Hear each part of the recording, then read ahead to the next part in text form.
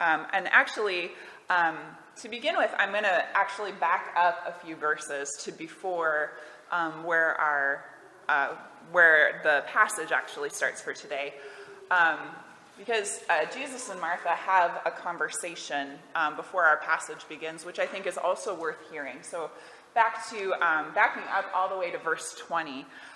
Martha said to Jesus, "Lord, if you had been here, my brother would not have died. But even now I know that God will give you whatever you ask of him." Jesus said to her, "Your brother will rise again." Martha said to him, "I know that he will rise again in the resurrection on the last day."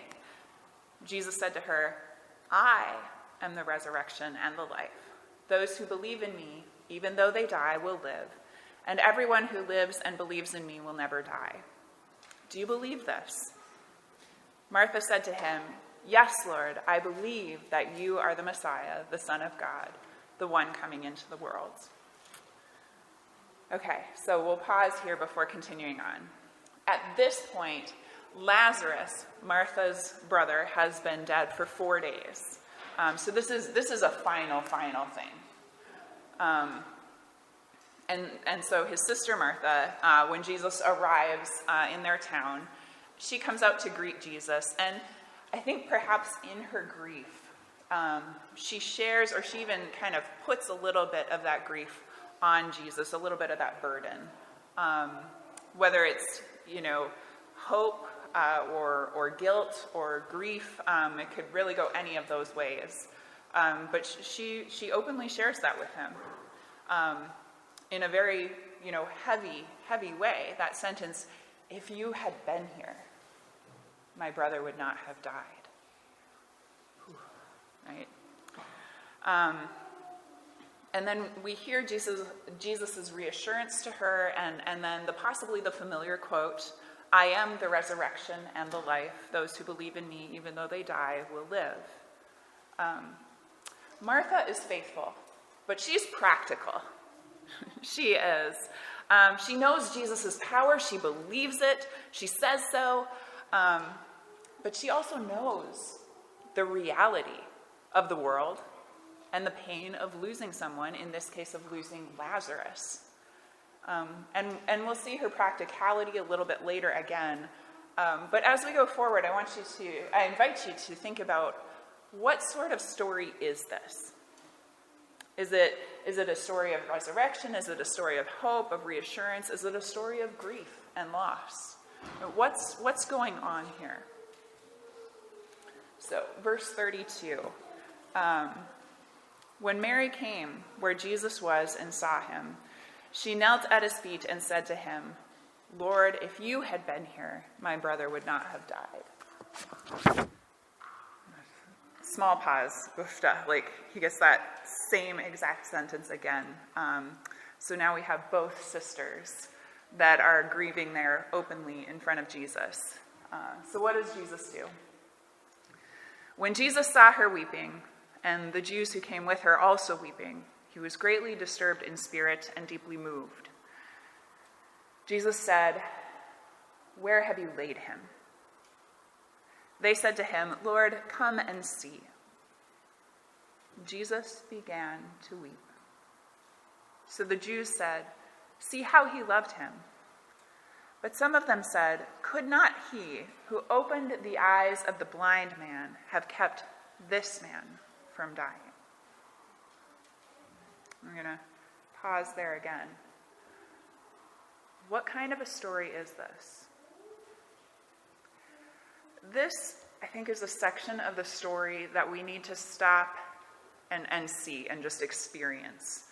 And it's, I think it connects to us, because I think there are times where, as much as we might want to get to, it's okay,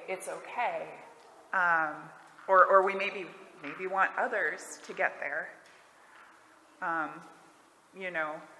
and skip over kind of this middle part. So we say it to ourselves or to them, or maybe both. We may find that we experience a sort of pressure to get there, even to be okay again, to skip over that grief to just get to the reassurance part, that positive, happy person again. But the thing is, it's okay to be sad. It is, to grieve, to feel all of those feelings that are associated with loss. This passage shows that, the raw emotions of those left. And honestly, validation of that, as Jesus himself joins in that grief. Jesus joins Mary and Martha in their grief, weeping with them. Jesus joins us in ours too. We should know that we don't have to just be okay and rush through something as big as grief. Even with the hope and the promise of the resurrection, we still feel that loss of the person that we knew. We feel it now. Jesus himself began to weep. It's okay to be sad. But it's also important to remember the story doesn't end there. Verse 38. Then Jesus, again, greatly disturbed, came to the tomb. It was a cave, and a stone was lying against it. Jesus said, "Take away the stone." Martha, the sister of the dead man, said to him, "Lord, there's already a stench there because he's been dead for 4 days." Jesus said to her, "Did I not tell you that if you believed, you would see the glory of God?" So they took away the stone. And Jesus looked upward and said, "Father, I thank you for having heard me. I knew that you always hear me, but I have said this for the sake of the crowd standing here, so that they may believe that you have sent me." When Jesus had said this, he cried out in a loud voice, "Lazarus, come out." The dead man came out, his hands and feet bound with strips of cloth and his face wrapped in a cloth. Jesus said, "Unbind him and let him go." The Gospel of the Lord. Praise to you, O Christ. The story doesn't end in grief and despair, but rather in hope and in restoration. That hope doesn't erase any of the pain of now, and we can't skip over that. But it does really change the outlook. Right? Jesus changed everything about this. And all of that, is what we remember and what we celebrate on All Saints' Day. So what kind of story is this? It's a full one, a rich one, that honors the complexity of what it is to be human. This isn't a shallow, just feel better moment. This honors grief and emotion and pain. And at the same time, reminds us of the value of life, here and now. And at the same time, it looks ahead. All of those things. It looks ahead to hope, to restoration, to resurrection. The image in our reading from Revelation is particularly poignant. The wiping clean of those tear-stained faces in that eternity when there will be no more cause for those tears. God will be with them.